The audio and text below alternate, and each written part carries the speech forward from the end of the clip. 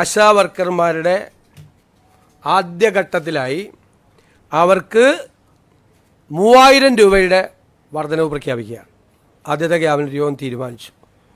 അംഗൻവാടി ജീവനക്കാരുടെ, വർക്കർമാർ, ഹെൽപ്പർമാർ,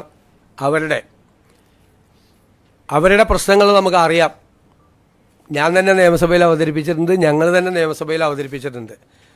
അവരുടെ കാര്യം മറന്നുപോയിട്ടില്ല എന്നവരെ ഓർപ്പിക്കാൻ കൂടി വലിയ തുകയൊന്നുമല്ല, 1000 രൂപ അവരുടെ വരുമാനത്തിൽ വർദ്ധിപ്പിക്കാൻ.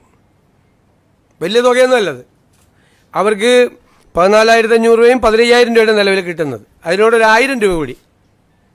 സാമ്പത്തിക സ്ഥിതി കുറച്ചുകൂടി മെച്ചപ്പെടുമ്പോൾ അവരുടെ കാര്യം മറന്നുപോകില്ല, നിങ്ങളുടെ കാര്യവും ഞങ്ങളുടെ ഓർമ്മയിലുണ്ട് എന്നാ പാവങ്ങളോടുള്ള ഒരു മെസ്സേജാണിത്. 1000 രൂപ കൂട്ടിയത് നിങ്ങൾ ഞങ്ങളുടെ മനസ്സിലുണ്ട് എന്നുള്ളൊരു മെസ്സേജ്, സന്ദേശം അതാണ്.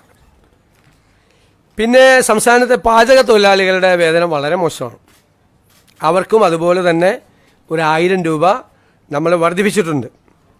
സംസ്ഥാനത്ത് ജോലി ചെയ്തു വരുന്ന പ്രീ പ്രൈമറി ടീച്ചർമാരുടെയും ആയമാരുടെയും ഓണറേറിയം അതും ഒരു 1000 രൂപ കൂട്ടിയിട്ടുണ്ട്. ഇതെല്ലാം നമ്മളതിൻ്റെ സാമ്പത്തിക ബാധ്യതകളെല്ലാം പരിശോധിച്ചതിന് ശേഷമാണ് ഇതെല്ലാം ചെയ്തത്.